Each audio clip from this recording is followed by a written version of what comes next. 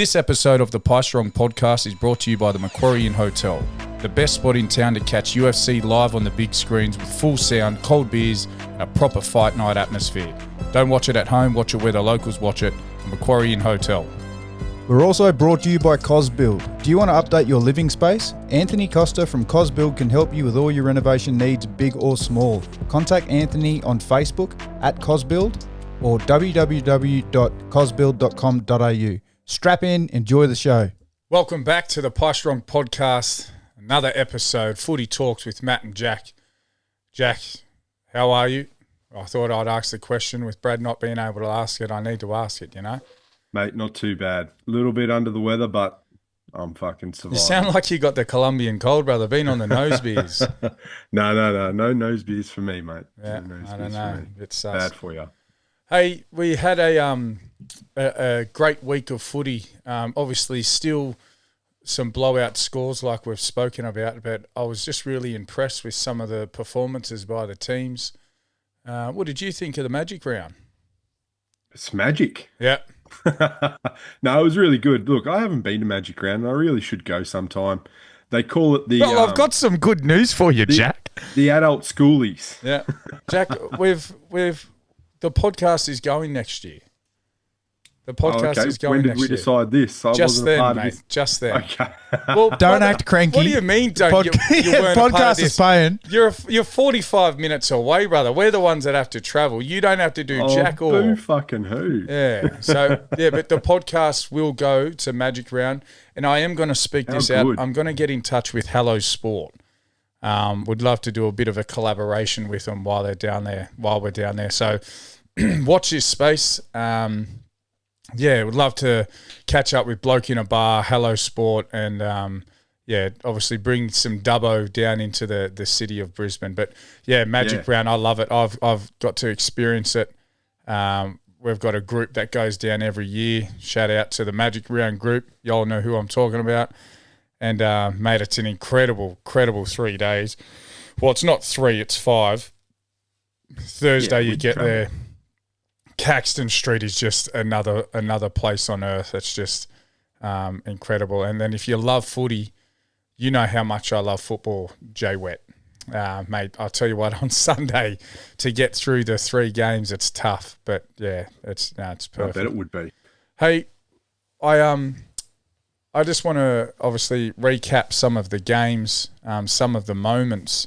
Have you got a bit of a standout moment? I've got one, and it's not a dig at you, I promise you. I'll let you go first, but I promise you it's not a dig.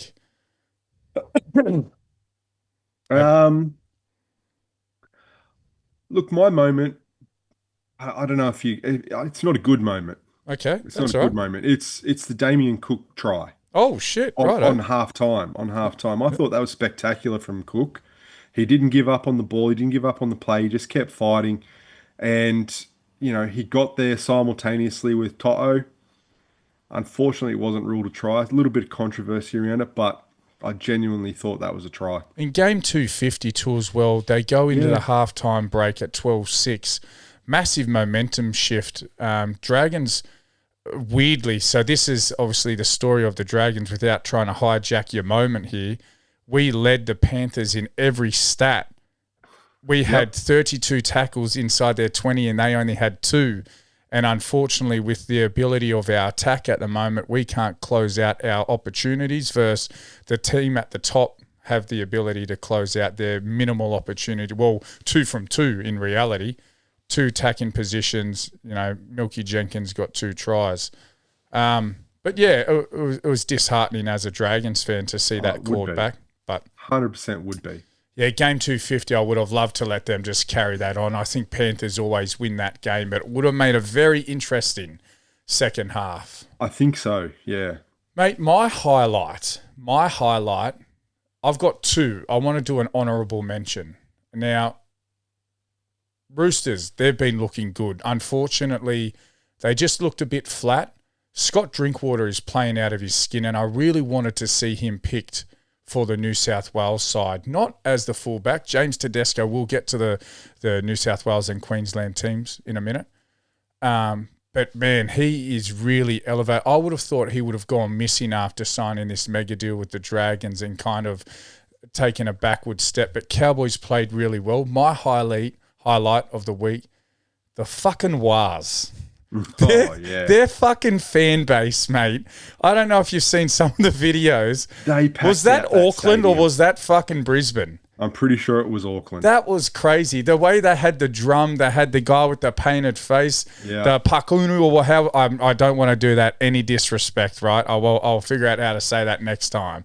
But, you know, where they get the face with their tongue, like they were walking down Caxton Street. There was not a Broncos fucking jersey in sight. So up the Wars. I loved watching every moment. Before we got on air, you said losing Tanner Boyd was so massive, but to watch Tamare Martin come out, wow. It just, It's upsetting for Boyd, right? Like Tanner Boyd, he's been playing so well, and that's his season done. Like he did his ACL. Did you see the replay of it? Rupture through his calf muscle, hey? Yeah. Got to look at that, Brad. Crazy. It's crazy watch. It's like Carlos Ulberg when we saw his how it like snaps back down into the calf muscle, and you see the calf muscle ripple. Yeah. Because of the impact of the ACL snapping. It always looks a lot more horrible in slow motion, but it just shows how much tension is on all of your ligaments and tendons and Achilles and. It wasn't even that ominous. He just sort of stepped in a certain direction, didn't he? Yeah. Brad's rewatching it now, but that's what it is, right? It's all of the jinking and the hopping and the changing of the steps. Yeah. But, look, an incredible week of footy. I'm sure there would have been some hangovers. I know Heine and Fletcher get into it a bit, and they cause an absolute scene at a few of the pubs there. But we'll start off with game one, Sharks versus the Bulldogs. Jack, as we said last week, the Bulldogs are in trouble. Mate, the Bulldogs are definitely in trouble. Lockie Galvin's got one play in him. That short pass to Preston. Short pass to Preston. Cameron Ciraldo just fucking sits on the edge of his seat waiting for that to happen, and then they score a try, and then they've got nothing else. A bit of not-so-breaking news. Old Gussie Gould's been caught having a meeting with Sam Verrills. And what does that tell you, Jack? They made a mistake getting rid of Reid Marnie. Well, they made a mistake getting rid of a hooker and putting on a fucking bench player as a hooker. They've gone, oh, shit, by the way, we need a hooker. Bailey Hayward apparently had never played a game of reserve grade as a hooker. Yeah. And then... Why would you fucking pick him to be your hooker if he's never played hooker before? They tried to get Luke Metcalf and pulled out last minute because they knew they were going to go into a salary cap issue. So what does that tell you, Jack? They shouldn't have got rid of Toby Sexton because they had a halfback leading the competition. I've been saying it all fucking year. Lachlan Galvin is not a fucking halfback. Luke Keary said, I'm sorry, Bulldogs fans. And I hope it was Luke Keary. Sorry to put words in your mouth, Keary. Keza. But I'm pretty sure he said, unfortunately, it is getting worse. The attack is becoming more predictable, more stagnant, and it's getting worse. And you actually there's probably a bit of truth behind that because you're seeing their ability to score points become less and less and less. And when they do score points, it's usually at the end of the game where the opposition has kind of taken their foot off the pedal. Yeah, look, the only player one of the only players in that team that really seems like they're doing anything is Matt Burton. And he's going to be the fall guy for what's going wrong in that team. Yeah. Well, there always has to be a fall guy. And I don't think it's going to disadvantage his ability to earn money, but unfortunately it kind of throws out all of the hard work he's had to do and put into turning that Bulldogs into a top 8 team. And they should be a top 8 team. It's unfortunately they just haven't got the spark. Sharkies, these guys are more inconsistent than a fucking Datsun 120Y. This fucking thing. You don't know if it's going to start or not start. I know from experience. I had one when I was younger. Me too. Dad had one as well, mate. So. The rain was always you had to bang it on the top. Hey, smack the stereo. Look, Sharks, Bulldogs are down in spirit, down in confidence, so it's probably not a true reflection of where they're at the moment. But yeah, they kicked ass. From the outset, like instantly they were on top of the game. And you jinxed me. I had the perfect multi on, and Jack started off my week with the Sharks are gonna win. You know, should have listened to me, mate. Yeah, I should have. Well, it wouldn't have been worth as much as it was if I did listen to you. Yeah, fair enough. But you were saying from the get-go, right? From the third minute to the 71st minute, they were scoring the tries. Yeah. Even Hines had a great game. Like, he really showed his game control there. And a bottom eight team, though, Jack. It's a bottom eight team. That's the problem with Nico Hines. He's never had a problem with managing the team around a bottom eight team. It's when it gets to the top 8 dogs, that's where he shits the bed. Yep. Not that big game player, is he? No, he's not. Why it's fresh in my mind, I just want to shoot to the last day. It was supposed to be the game of the round, Warriors v Broncos. It was supposed to be the premium product other than the Roosters Cowboys. I thought that was probably going to be a top showing. I think it was a top showing. I think it was refreshing to watch two teams have defence, and both the Cowboys and Roosters showed that. But Warriors absolutely smacked the fuck out of the Broncos. Absolutely. Mate, and to see Reece Walsh not selected, Patrick Carrigan on the bench, I'm like, far out. Where Broncos are at, right? Yeah, that's a wake-up call. If you remember last year, man, 2025, Broncos were out of the top 8. We were saying the same things. The Broncos are done. Mad just trained them too hard. This and that. They're tired. You know, all this shit was going around. Gordon Tallis was on his fucking high horse about Madge and the Broncos. And they won a fucking premiership. Yeah. So you can't count them out. No, I'm definitely not counting them out. That's not what I was getting at. I was more like... No, I'm not saying it shows their level of confidence and where they're at the season. For Reece Walsh, we'll go over the Queensland New South Wales team. I don't want to spoil that because I'm excited. Warriors, man. I'll tell you what, I picked Sharks as my Smokies. I think the Warriors, and I'm going to say this, earmark it, check it, clip it. Warriors are in the grand fucking final. If they continue, and listen to me here, Waz fans, I'm not just saying this after last week. I'm not just saying this after the week before.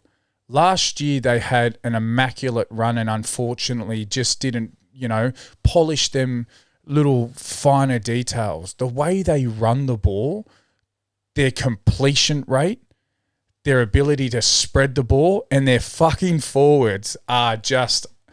they're second to none. I think they're a better team than the Panthers at the moment. And I think if they went up against the Panthers, Panthers are at the top of the ladder. They should have beaten Dragons by 60 points. That's what everyone was saying.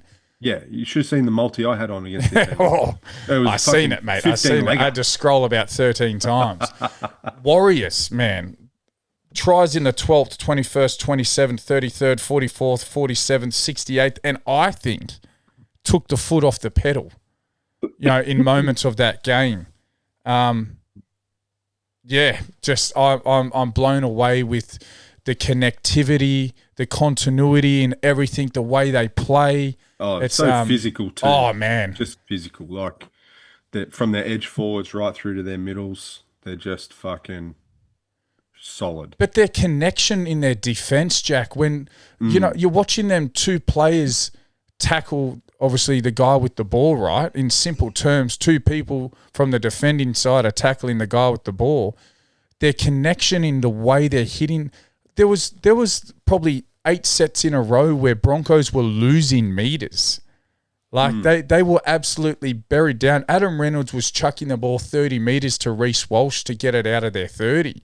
You know what I mean? Broncos have a 100% completion rate for the first half. Not the Broncos, the Warriors. Yeah, 100%. But that's been the story of them every week.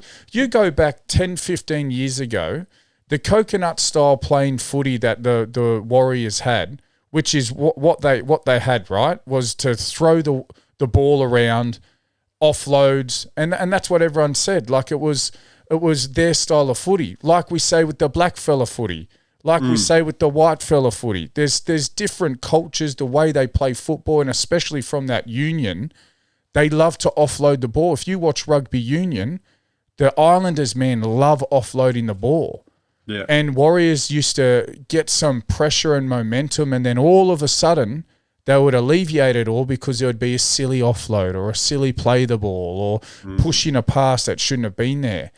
They are just on another level of connection as teammates at the moment. And Andrew Webster, he should be bloody proud because, man, what he's done for this team, you know, they're in the ability now to lose Luke Metcalf, and I forgot Luke Metcalf played for them on Sunday.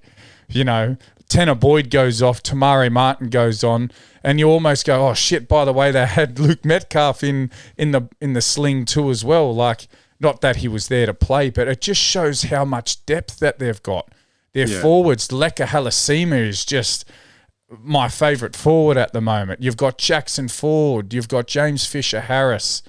And then to add, ready, Jack? To add, they haven't got Roger Tuivasa-Sheck at the moment. They haven't got Charles Nickel-Klokstad. Like, Jesus, brother. Yeah. That's I was about to give you a chee-hoo then. Fuck a chee-hoo. Man, they're crazy. Yeah, well, look, they did well. They beat the Broncos 26-18. Yeah. It was good. Tell me about the Broncos. That's exactly right. We'll move on because there's nothing to say about the Broncos. He's a shit. Good luck with Ben Hunt.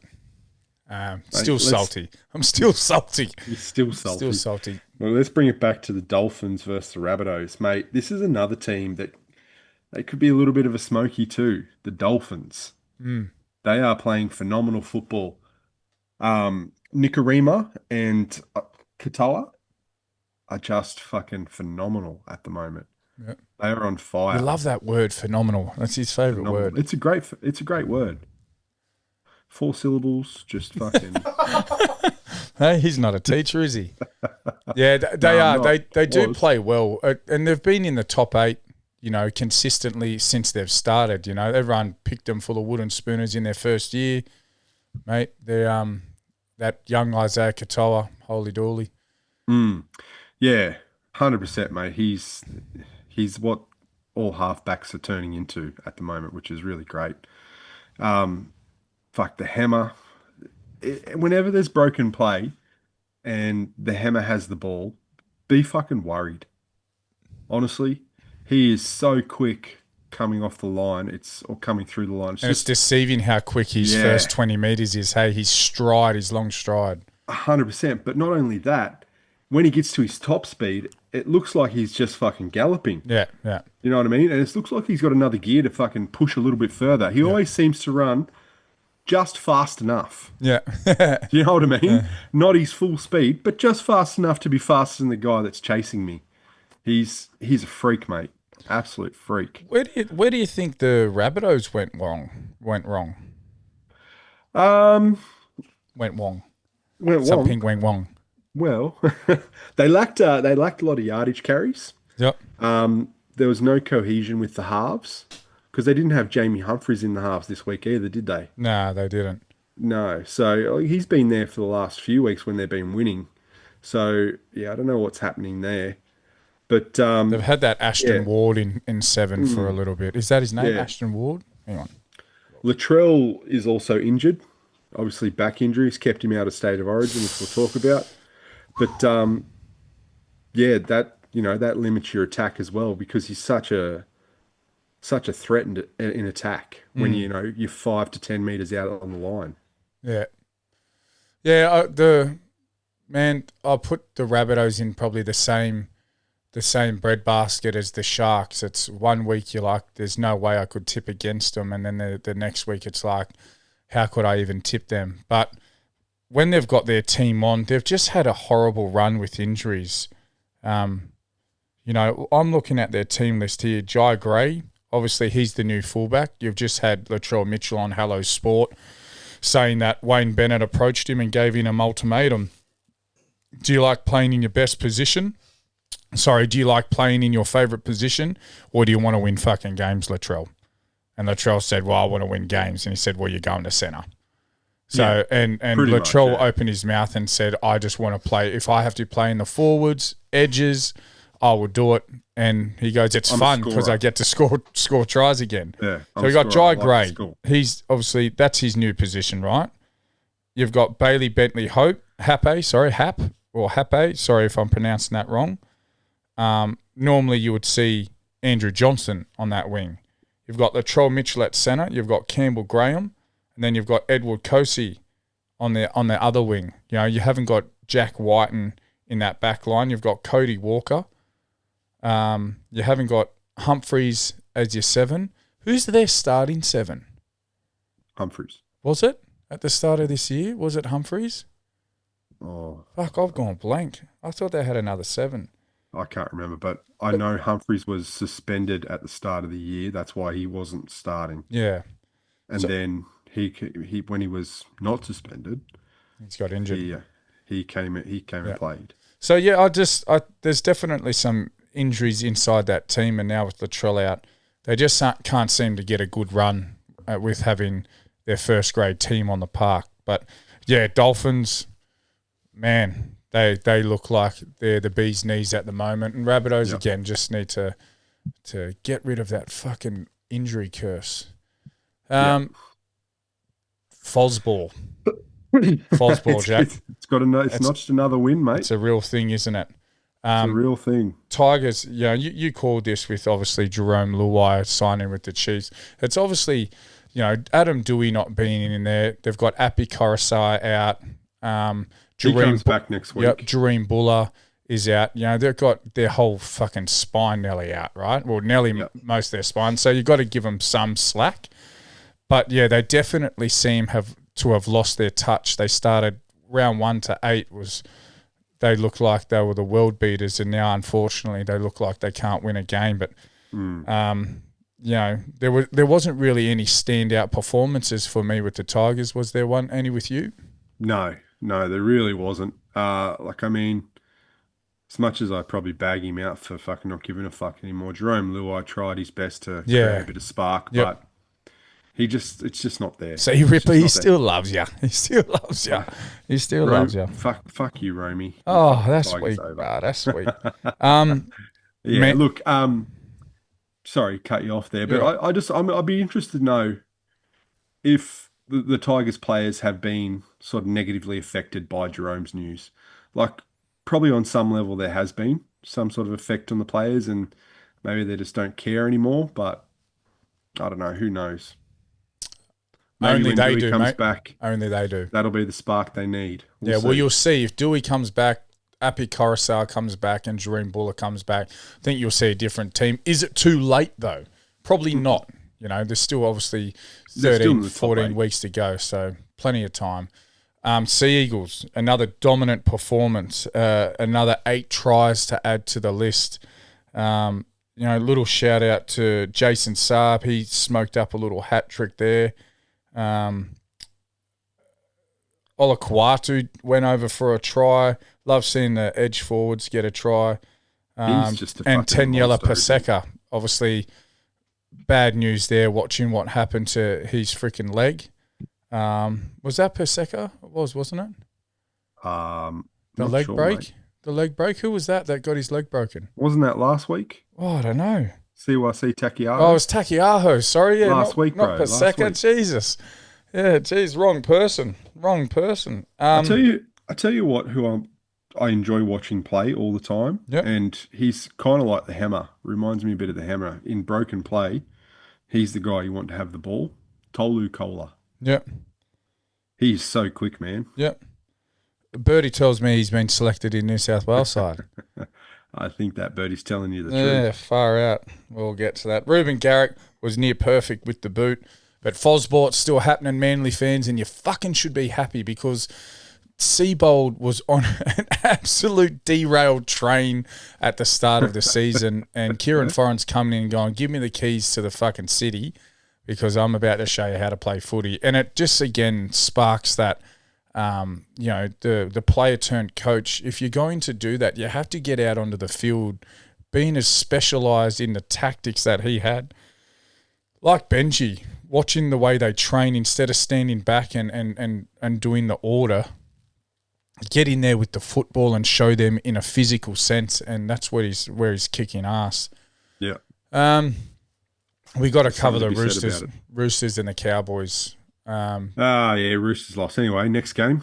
This was one of my favourite games. Yeah, it was a good game. Defensively, the Cowboys were solid. Absolutely solid. You couldn't really fault them. Ruben Cotter, despite being sin-binned, had a ripper of a game. Yep. And, the whole team was, even the forward, like every forward was just on their game. They were very well structured and disciplined in attack. The Roosters really beat themselves here with their discipline. I've got a theory. Once you've finished talking, I've got a theory. Their last few weeks have been really good, like really good. This week, they just weren't. And we couldn't keep up with the momentum swings, to be honest. Jake Clifford's game management was great. And fucking Scott Drinkwater was great in support. So, yep. Do you reckon Sam Walker, James Tedesco, Victor Radley all got previously tapped on the shoulder and said you've been selected for the side? Well, it's a strong possibility because some of the Warriors players were told to take extra pack their undies, right? Pack their spare set of undies. So you go and rewatch that game and you tell me they played with full contact. I personally think Roosters were protecting themselves, not on purpose, but subconsciously. Sam Walker wasn't running at the line like a lunatic. James Tedesco wasn't running the way he was. Victor Radley wasn't the enforcer. You know, a lot of the players had a really good opportunity to be selected in the New South Wales side. They're one of the best teams in the comp at the moment. And you've seen an absolute switch being flicked off from last week to this week. So me personally, and I think that's what helped the Dragons with the Panthers as well, right? Is you've seen a lot of the players not wanting to really engage in the line like they normally would. So I think that's what the Roosters were doing. Well, not what they were doing. I think that's probably what held them back. Yep. That last 20 minutes, there's lucky there wasn't another 5 minutes. You know, it's not an 85-minute game because Roosters were trying to claw their way back there. We tried. The completion rate, mate, 70% versus 95%. You're never going to win a game of footy when the other opposition's holding the ball 95% of the time. You can only hold it 70% of the time. So that's the game. That's the game where the Cowboys had 100% completion rate at halftime. Yeah. I remember now. I remember watching it going, fuck. Sam Walker was offloading, like passing the ball earlier. He wasn't holding it and running to the line. You know, there was lots of different things that I've seen. The line breaks were even. Run meters were obviously one-sided a bit. But, yeah, a lot of it was pretty even, man. So it's nothing to be embarrassed about for the Roosters. I just think they weren't all on. Cowboys, we've already touched on them. Clifford had a cracking game. Ruben Cotter. Scott Drinkwater, he was obviously my honourable mention. He's playing out of the skin. I would have loved to have seen him selected in that New South Wales side, especially as on the extended bench, just to bring on, if Queensland like the hammer run Wyatt, just to put someone on with spark. I like Jake Brayley on there, but I just would have loved to have seen someone, and not just in particular Scott Drinkwater, someone that just has the ability to open up a game, and that's why I thought Scott Drinkwater would have made it. And he's going to the Dragons next year, so let's go, baby, let's go. Storm, back-to-back wins, doing it for Belsy, doing it for Bellyache. They got to win. They know what it feels to win like. So they're going to fucking just start winning again, mate. They might make the top 8. I don't think they do, to be honest. I think they could only lose 2 more games. Is that the math, is it? Yeah, they can only lose 2 more games. No, I think maybe that was the top 4. The first time they haven't missed the top 4. It's probably not the math. So, because Panthers lost 7 in a row last year, and then they fucking, they were in, I think they finished 8th or 7th, but So they definitely can still make the top 8. I'll figure that out for next week. But Cameron Munster scoring a try. You tell me when you've seen that type of an emotional celebration. I don't know if you've seen it, but when he scored that try, Jerome Hughes walked up to him. Everyone walked up to him. They put their heads in. He was fucking pumped. Harry Grant, Cameron Munster, Josh King, were all, I just wanted to mention, for effort. When we talk about scoring a try, they were the epitome of effort. And yeah, if you witness what Cameron Munster's face looked like when he scored it, it was just like this release of pressure that I'm sure he was feeling for Craig Bellamy, that the Storm system was feeling. So yeah, it's going to sound so bizarre me saying this, but it was really good to see Storm get back-to-back wins. Fuck them. Nick Meaney was near perfect with the boot. Oh man, it was almost sad watching. Craig Bellamy. I love that guy. If you put coach in the dictionary, it should have his face beside it. He wants perfection. Yeah. There's only one coach in this competition when you're winning 34-8 and one of your players knock the ball on and he breaks 14 chairs and storms out of the dressing room because you know what I mean? Like any other coach, 100%. He expects perfection, and I love it. I love that level that he's at. And it's going to be sad. I definitely think this will be his last year. Not because he wants to, it's because his body's telling him he has to. And mate, it's going to be a sad day for footy when he walks out the door. Nick Meaney almost perfect with the boot. Mitch Moses was completely non-existent in that whole game of footy. Sean Russell and Josh Papali'i. That could go back to your theory too, Matt, being non-existent in the game. Yeah.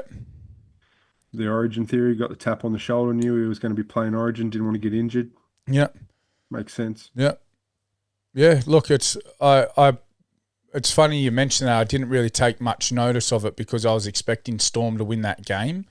I noticed it more because I was like, I tipped the Roosters. You know what I mean? I tipped the Roosters to win. So obviously watching the Roosters, I was like, what's going on here?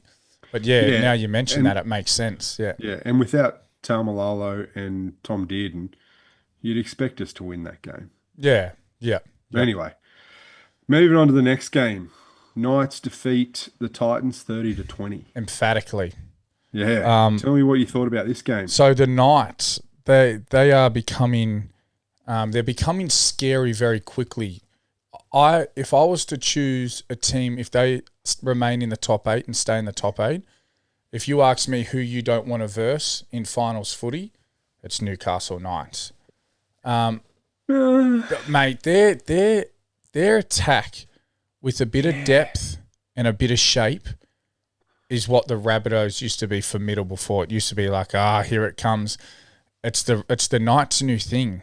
When you see them create a bit of depth in their line, you see their 2-2-2 shape and they start to swing the fullback around.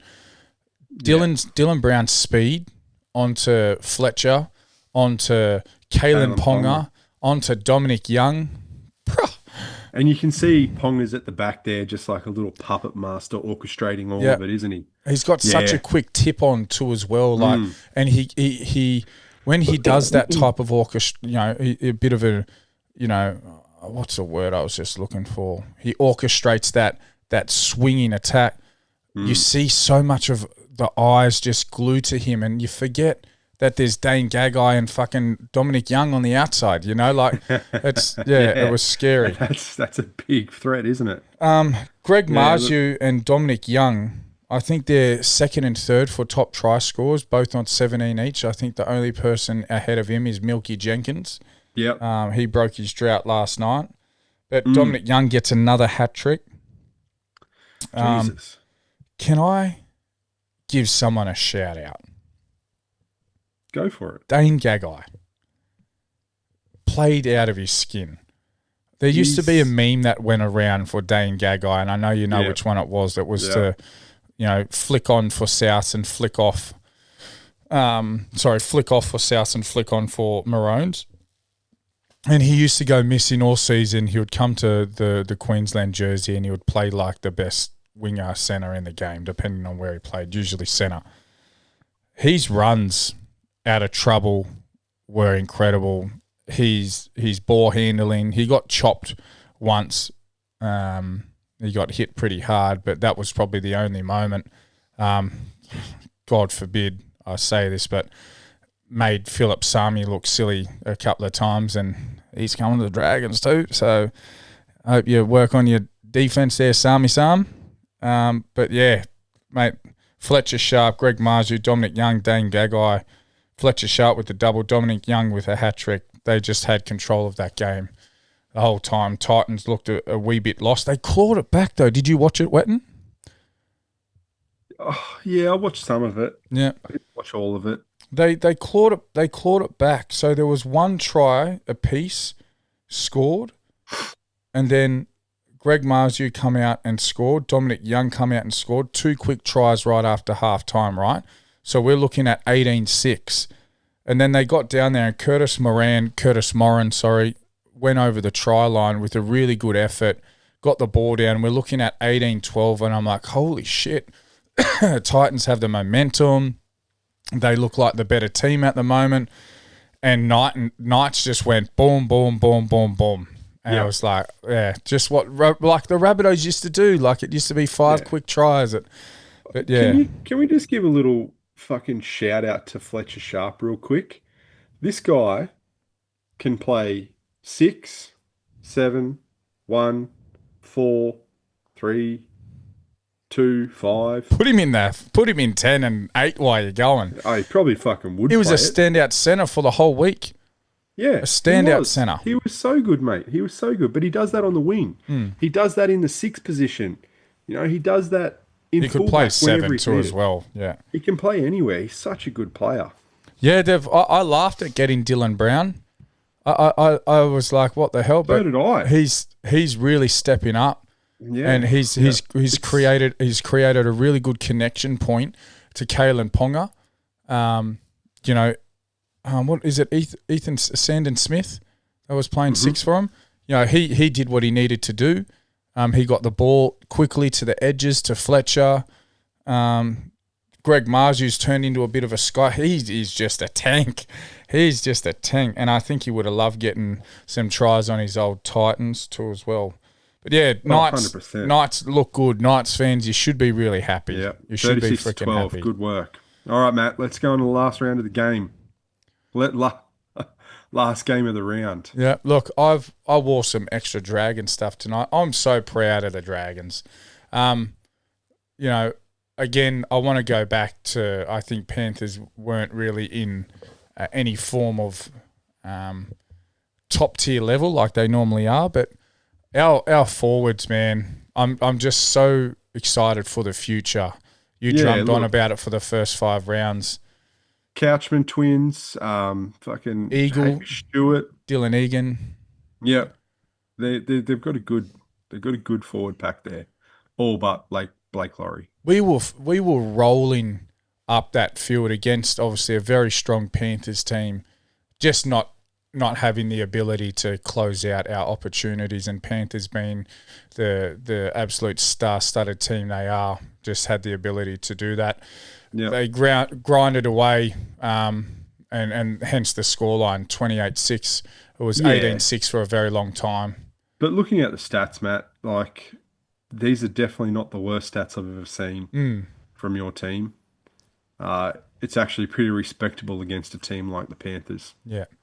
But that's what the Panthers do, though. They put you in a false sense of security where you think you're hanging, and then it might even be the last 5 minutes, might be the last 10 minutes. They put on 2 or 3 tries and they make it look, so they just know how to run up the field, high completion rate, kick to the corner. There was a couple of errors.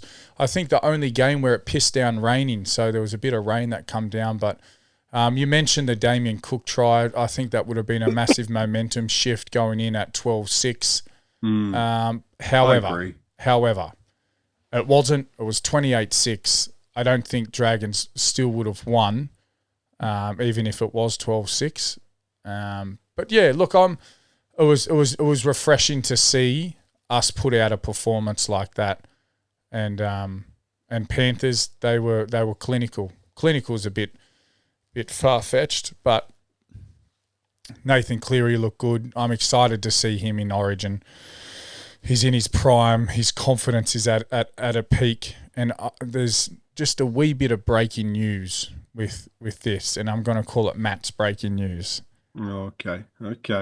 John Thewell called me last week, and he put to me that he's going to go to England. Obviously, Mary Fowler. Shout out to Mary, one of the star female soccer players of the world. And he's going to go over there and get a second to none payday, and Ivan goes over there and coaches as well. Or Andrew Johns has just come out and said that he thinks it's a good idea that Nathan Cleary goes over there. What the fuck, Johnsy? What are you doing to NRL, brother? But he said it. If he was to go over there, come November 1st, NRL clubs are allowed to talk to him. Super Club can talk to him today, tomorrow, the next day, the day after that. Really? Yeah, yep. So it's the NRL teams that aren't allowed to, but Super League you can. But it's not often that Super League would have near the power to go, hey, do you want to chat to me? It's like, no. But, yeah, that rumour's not going away. I still think Roosters are the team. But, yeah, it's it would be a shame for NRL to lose the best halfback in the modern NRL era. Well, that's my opinion. That's my opinion anyway. That's my opinion. I agree. Yeah.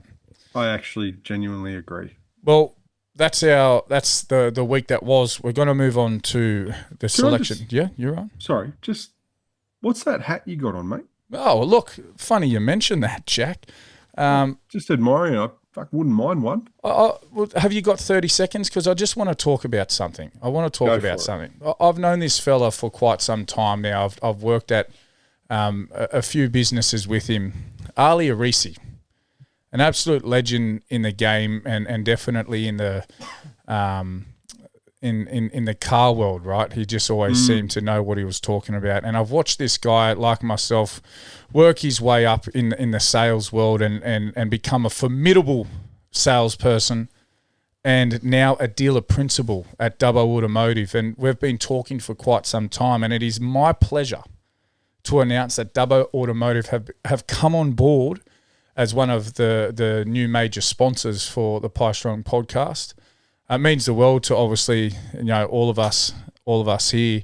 I'm excited to see where this relationship goes, but I've known this man for such a long time. It's so cool to see him as a dealer principal for such a classy dealership in Dubbo. So yeah, that's awesome. I know Ali's also proud to be a part of this as well. We've got to give ourselves a pat on the back.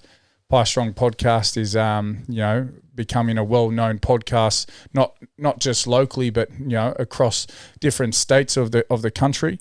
But yeah, look. With that being said, if you are looking for a new vehicle, if you want to do a test drive, if you've got any questions about what the process is buying a vehicle, make sure you go down and see Ali and the team at Dubbo Automotive. I know they've got Ford. I know they've got Subaru. I know they've got JAC. They've got the Mustangs down there. If you're going through a midlife crisis, there's nothing better than buying a fucking Mustang GT, right?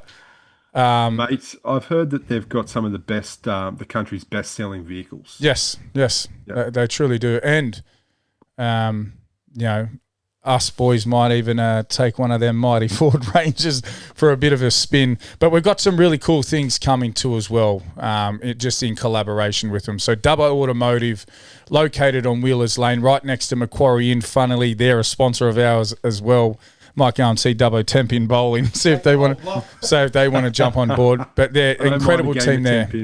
They know what they're talking about. They've got the best of the best vehicles there, the best of the best salespeople there. So if you're after a vehicle, go and see the team. Thanks again, Ali. New South Wales versus Queensland. State versus state, mate versus mate. It's upon us, Jack. It's our primal time. It's the only time where you're allowed to walk down the street and see anyone in red call him a cocksucker. It's legal. Frowned upon anywhere else. Let's look. I'm not happy. I'm not happy. Let's look at the Queensland side before we delve too deep into the Blues, righto? Because we're both Blues supporters. Can we get the Queensland and New South Wales team up there, Jamie? I hate doing it. Because he's the goat. He's the goat of this podcast, and I feel rude when I ask. But what was your initial reactions though, Jack, when you seen them? Mate, I was shocked. To be completely honest with you, I was shocked about the Blues team. I didn't really understand it. Didn't understand why we picked some of the players that we did. But I've had a bit of a chat to some people, and I think I've got some answers, which we'll discuss when we talk about it. But when I saw the Blues team, when I saw the Queensland team, I thought, fucking hell. Let's start with New South Wales. I'm going to go through 1 to 20, okay? And when you want to stop me, feel free to stop me when you want to talk about their position, okay, that you don't think they should be there. I'm going to stop myself and I'm going to talk about it. And I just want to see where both of us are at. We've been watching this game for a long time. We're not specialists. We're not coaches, but we're fucking avid footy fans, and I know what I'm talking about, right? So I'm gonna give myself the credibility. Let's go. James Tedesco, Brian Toto, Stephen Crichton, Katoni Staggs. Stop. Let's stop right Let's start. See that? Right there. And we haven't even discussed this, guys. Listeners, we haven't even spoken about it. He has been too inconsistent. Like, don't get me wrong, he's had some big moments. He's had some great games, but he's been a little bit too inconsistent for me. Great games when? Well, he's had great games in his career. Yeah, he has. And when you've got someone like Casey McLean or Tolu Kola who play centre week in, week out and are on absolute fire, they've both been named in the squad. Why wouldn't you put them in over Staggs? What happened to Bradman Best? Did he get injured as well? He's injured. He's injured, man. That's why Fletcher Sharp was in the centres. Yeah. So, I'm confused there. Why would you do that? Tolutau Kola. Stop. Yep. Love this guy. I would put him in my centres in a heartbeat. Thomas Jenkins. But Thomas Jenkins, mate, he's the leading try scorer. He's great under a high ball. He's solid in defence. And he's a specialist winger. And you've seen him last night. And I know Dragons are last, right? But there's still an NRL team. You still got rain in your face. You're still catching a high ball. He was, I'm fucking bagging my own team out now. He's so fucking consistent and reliable under the high ball, man. And he just, that extra effort plays that he does to score tries. And then you put Casey McLean on the inside of him. They've already got the combination there. It just makes sense. Then you put Stephen Crichton on the other side with fucking Toto. They've played together. They're best mates. So we're in perfect fucking symmetry at the moment. We're in sync, right? So I'll continue. Mitchell Moses, Nathan Cleary. At the 8, Adam Fanua Blake. I fucking love that, by the way. I love this rule change. Reece Wobson. Mitch Barnett, Hudson Young. Go back. Mitch Barnett? Yeah, look, I think Mitch Barnett's got the run here because we're missing Payne Haas. Of course. He's injured. So that's it, though. But what about Keon Kalua-Matangi, mate? He's been playing fucking brilliantly. I would have had Keon.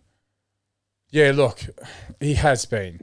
Hear me out about this one, okay? This is going to get a little bit long-winded, but hear me out. Isaiah Yeo, he's definitely one of the best locks in the game, but Cameron Murray is also one of the best locks in the game. Both of them can play 80 minutes. Who's got the bigger frame? Isaiah Yeo. Wouldn't Isaiah Yeo be good in the number 10 position? Because he's fast, he's agile, he does big hit-ups, he makes big meters, he plays 80 minutes, very similar to Payne Haas. So you put him in at the 8, and you put Murray in at the 13, okay?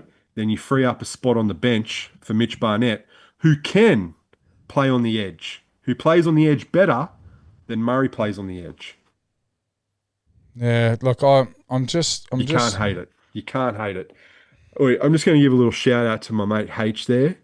He fucking opened my eyes to that suggestion. I wrote it off at first, but then I really thought about it, and it makes perfect sense. Have Isaiah Yeo in the front row. I love Cameron Murray at this is at a bit, lock, mate. His play the ball speed's fucking unreal. It's a bit embarrassing, but I just want to go back to who I picked. So I had Adam Fanua-Blake in 8, and I had Payne Haas in 10. I had Cameron Murray as my 15 to come on. I do think... So did I. I do think Isaiah Yeo is probably the best lock in the game, but the eyes opening that moment you just spoke about, I agree with. I felt a bit like an amateur too as well. I selected Payne Haas and continued with that selection knowing that guy was fucking... There's always miracles. Miracles happen. Miracles happen. All right. So I have to agree with you, right? So we're up to Mitch Barnett. Hudson Young. I like it. I would normally say stop here, but Liam Martin I also had in my team, and he's injured. If Liam Martin wasn't injured, Hudson Young, he's in the team over Hudson Young. Ola Kawatu, I also like this. I love it. But I love Angus Crichton. He is my favourite player when it comes to State of Origin. He just hasn't been showing out this year, mate. Yeah, but he does. He does in fucking... How do you... I don't even want to say it yet. We haven't got to him. Right? So, Ola Kawatu, love it. I hope he doesn't shit the bed. He's had a couple of opportunities now. Off the bench. He needs to stand the fuck up. Limited minutes. I think this is it. Jack, we are tall human beings. This guy makes me look small. Plus, he's huge, bro. So he needs to fucking get out there and have a crack because he's up against an old man. Yeah. So did you see when they did the fucking? I think it was not last year, the year before, where they had him lined up for the national anthem. Yeah, mate, he was wider than Payne Haas, and he was fucking taller. I was shocked. Right, Isaiah Yeo, Cameron Murray, Victor Radley. Stop. Why the fuck did they select Victor Radley over Jackson Ford? I know. I put a comment out there on my personal page. I should have done it on the fucking Pie Strong podcast page. I said, who the fuck chooses Victor Radley over Jackson Ford? It's pure comedy, and it's got like 2,000 likes. And I'm like, so I'm not the only one thinking it, right?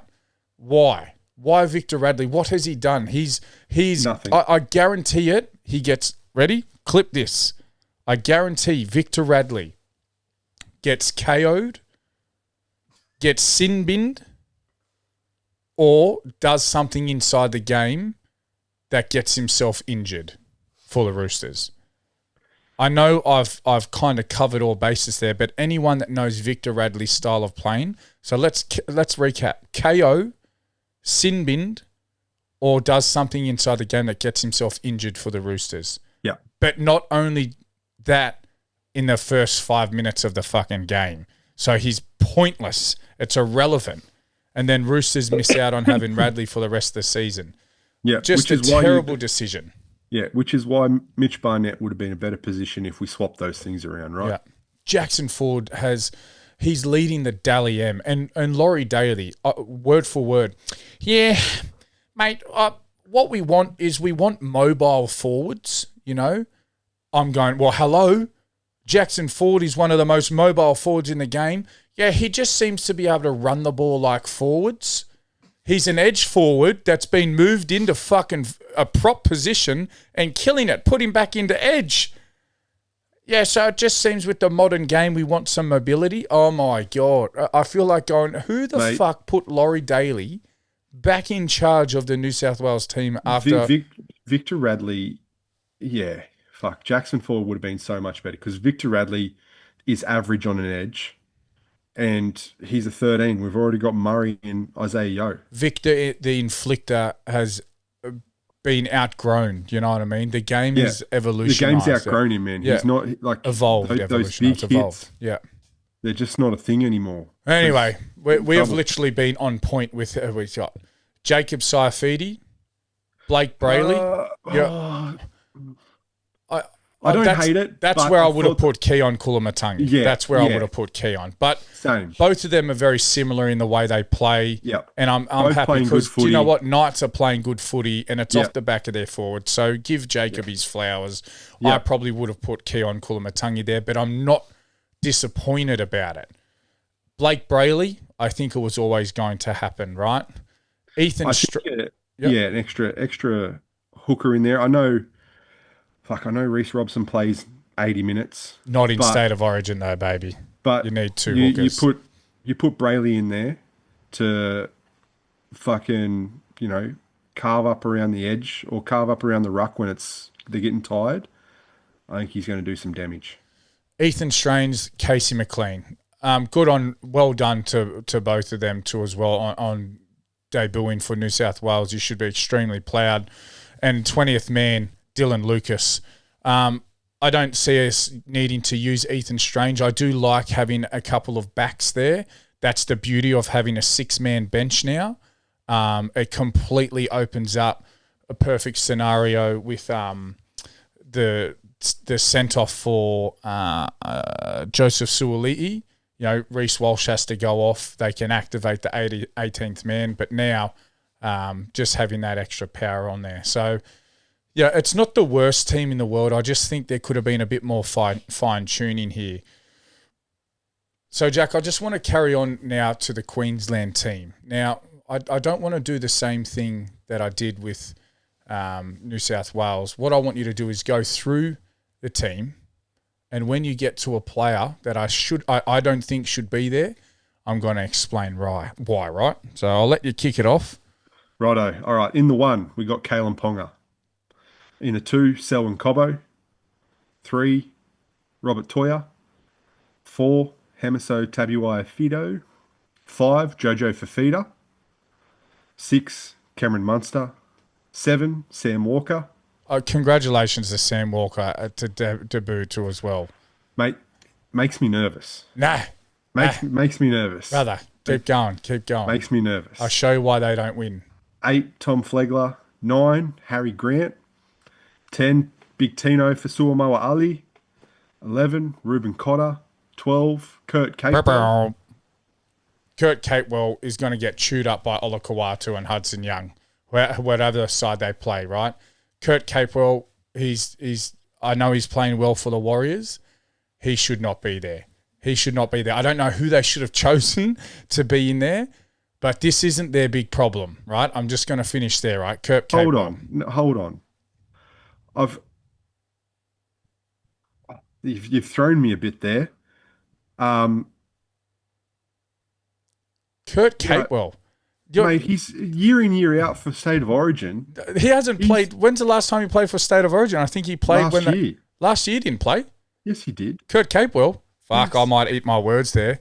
Is this another Sam Walker thing where you said he didn't play for the fucking Broncos? Hold on. I'm going to bring it up because I'm fucking 99% sure. Well, why are you talking about it? Why are you doing it, right? I just want to. It makes no sense for me to keep going on the way I was, right? Their bench is fucking horrible. Harry Grant literally needs to play 80 minutes in State of Origin, Jack. 80 minutes. And it's just too much to ask on a body. They've got Brighton Okora, Lindsay Collins, Patrick Carrigan, Trent Larera as their fucking 4 main. They need a back in there, and they just haven't. They've got Ezra Mam and Giamat Shibasaki. Man, I think I looked at their 13. It scared me. I was concerned and I was worried. But I'm telling you right now, with their bench, their interchange that they've selected, they do not win. They do not win. They do not beat us. Yeah, look, interesting. Max Plath, yeah, anyway, look, okay, we'll go to 13, Max Plath. That worries me. He's been playing really well. Yeah. If I was them, I would have put Patrick Carrigan in at the 13. Yeah. Because that's his position, right? Yeah. Out of the 13s you have for Queensland, he's probably the best one. And then I would have put Max Plath into the 14 position. so that he's your utility to come on for Harry Grant. Because Max Plath has been playing hooker for the Dolphins. And he's been killing it. Absolutely killing it. Jerry Marshall King's been coming off the bench. Do you reckon to go from... Think about that. I reckon that's what's going to happen on game day. Yeah, right. Hey, Jack. And sorry. Kurt Capewell, game 2 and 3 last year. Played. Told you. Game 2 and 3. Righto. Told you. I thought he wasn't in there. Who won the first game? New South Wales. Who wasn't in it? Kurt Capewell. Yeah, he's so slow, man, to turn. I don't know. Well, look. Brother, he plays in the centres. And he fucking kills it. No, he got swapped. He got absolutely punched in that year where they said it was they selected Kurt Capewell in the centres and he got smoked, brother. 2021, when Wayne, the worst Queensland team ever, he got forced into the centre position because Wayne Bennett was the coach. They lost their fucking centre. He made a good tackle there, didn't he? And he fucking absolutely killed it. I think he gets absolutely chewed up. I don't think he deserves to be in that team. I think he gets absolutely chewed up. And I hate their interchange, man.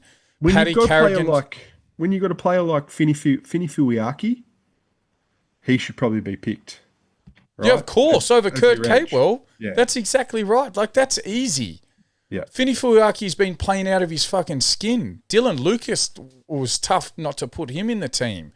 But Kurt Capewell up against Hudson Young, depending on how they play that, Hudson Young or Hamoli Olakau'atu, like, man, like what the hell's going to happen there? I just don't see him being able to turn fast enough, I don't understand that selection. Yeah, I don't either. Trent Liero hasn't been playing great footy either. Lindsay Collins is good. Brenton Nakora is dangerous. That worries me. Why the hell is he not? He's one of the most dangerous, dominating edge forwards in the game. Yeah. Why the fuck have they got 4 forwards as their main interchange? Ezra Mam just makes no sense. And Shibasaki, if you lose one of your wingers or centers, you can chuck him in there. For sure. But for sure. I promise you, unless they use Nakora as the change in 9, Max Plath doesn't make sense to me because state of origin, man, the first 30 minutes, you're going to get cooked, especially as a lock. So, I was so riled up when I read the 1 to 13. What scares me most about this team is 1 through to 7. Through to 7. Yeah. Did you see Jojo Fafita getting picked? To be honest, I didn't. One of my mates, Tommy, big Queensland supporter, I used to work with him up here. He actually called it. He picked Jojo Fafita on his wing. He was actually pretty close to getting the team spot on when he sent me his list. I was like, fucking hell. Who else do you pick for the wing? Murray Taulagi. He's shat the bed the last couple of years, though. Oh. He has. Defensively, defensively, he's let the team down, and in the air, he's made so many errors dropping the ball. Like, I just didn't think he was a standout. But yeah, look, I definitely think on paper, New South Wales, and I'm trying not to be biased, has the stronger team. So what about Jackson Purdue? Who is Jackson Purdue? Oh, Purdue. Fucking. Purdue. I'm like, who's that? Isn't it Purdue? Nah, Purdue. Jackson Purdue. Sure? Yeah, I'm pretty positive. Are you sure? P-U-R-D-E-W. Purdue. I thought it was French. Purdue. Purdue's changed it now. Purdue. Shut their foot on my foot. How do you say Israel Adesanya? Israel Adesanya. Adesanya. Look, I'm excited. I can't wait. We've got a VIP table to give away at the Macquarie Inn as well. Absolutely watch this space because it's going to be wicked. There's going to be wings, beers. I'm sure the Pie Strong podcast can shout a couple too as well. You're going to have, it all cordoned off. You're going to feel like an absolute superstar. You're going to have fast access and table service. I'm excited for it. So we're going to give that one away And we'll put that on the socials soon. We're just ironing out the finer details with the Macquarie Inn as we speak. Jack, move on to game. Round 12. Yep, round 12, and then we might finish it up there, young sir. Yep, sounds good, mate. Well, first game off, we've got Raiders versus Dolphins. Mate, I think this is an easy one for me, just the way the Dolphins have been playing. I think, they're going to absolutely carve up. They do lose the Hammer and Max Plath, but they've got depth there, right? They've got, what's his name? The fullback, Trey Fuller, is it? Yep, Trey Fuller. Trey Fuller and Jeremy Marshall-King to step in the positions, so I think they're going to be fine. So I'm going the Dolphins. It's at GIO Stadium. I think losing Hammer, Max Plath, it's going to be too much from Ethan Strange and Hudson Young. GIO Stadium, though. I don't think it matters. It's a tough one. I'm going to stay out of that tip. It's tough. No, you got it. No. I want to tip the Dolphins. I want to tip the Dolphins. There you go. Pick the Dolphins. Bulldogs v Storm. Lots of missing players for the Storm. It wouldn't surprise me if Bulldogs get up here. Who's missing for Storm? Cameron Munster, Trent Liero, Harry Grant. Yeah. That's about it. What about Xavier Coates? Is he injured? He's injured, man. Fuck. He did. I don't know what he did, but I think he was pretty serious. Yeah, right. His brother. Was it his Achilles? His brother debuted for the Broncos on the weekend too as well. Yeah, right. Yeah. Nice. He got absolutely chopped a few times and dropped a few balls, but anyway. It happens. I think Bulldogs might have enough firepower to get over the line there at home ground. I'm going to back the Bulldogs. Tough one. But yeah, I think you're right. I feel bad for Dommy now. I didn't really go in depth with him about the State of Origin selection, so I've just put the kid on an absolute shit show here. You've set him up for failure. Yeah, I've set him up for failure, but you never know. Never know. Dragons v the Warriors at their spiritual home ground, being Cogra. Warriors are just way too strong. Yeah. I'm tipping the Dragons, obviously, but they don't have anyone out, the Warriors. Well, Tanner Boyd, but I don't know when Luke Metcalf comes back. Kurt Capewell's out. So thought Kurt Capewell's supposed to be a superstar. Surely they've got more out. Adam Fanua-Blake, he's with the fucking Sharks. Is there any more players out? Yeah, right. No, Jackson. Yeah. Barnett. Mitch Barnett. Jackson Ford's still there. Yeah. Look, I'm tipping the Dragons, but Warriors should win that one. You never know. It could be our first win of the season. Sea Eagles, Fosball versus the Titans. Yeah, I'm going Sea Eagles here. Same. I think Fosball doesn't lose there. Fuck, I swear. Who versed the Titans last week? The Knights. I had it in my head. The Sea Eagles did. I just had an aneurysm. Fucking hell. Cowboys versus the Rabbitohs. Geez, this is tough. This is a tough one. I'm going Cowboys. Going to Cowboys. Who have the Cowboys got out? Reuben Cotter. Yep. Not many. Not many. Let me go back to last week's team list. Where are you? Yeah. Matt, let me throw a bit of a roughie at you here that I didn't ask and see what you think. Sam Walker has an absolute fucking belter of a series. Okay? Next year, he's still in red hot form. Do you pick him over Tom Dearden?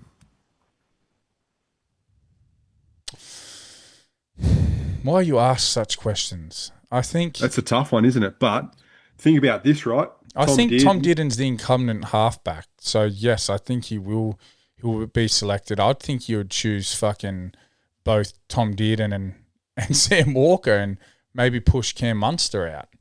That's what I was just about to say. Cam Munster's towards the end of his rep career, I guess. He's not there yet, but he's towards the end of it. Well, what has he done for me lately in the way of Queensland? Tom Dearden, he can fucking play in 6. That's where he originally started. We've got Jackson Purdue, Tom Chester, Zach good Labart, Liam Sutton, Jake Clifford, Thomas McKaylee, Reed Marnie, Matty Lodge, Hilliam Lukey, Sam McIntyre, Ruben Cotter. That's the only one. So Cowboys aren't really missing anyone. So I'm going the Cowboys. Yeah, me too. Oh, Jesus, that's a sign right there to end, boys. I'm yawning. Well, if you've made it this far, thank you so much. We love having you here to listen to us yaggle on about footy. Make sure you jump onto all the social platforms and keep an eye out because we've got some pretty cool giveaways happening. While you're there, press the like, the follow, the share, the subscribe buttons, all of them buttons. And just another massive thank you to obviously our newest sponsor, Dubbo Automotive. Excited to see what happens over there over the next 12 months. Catch you next week. See ya.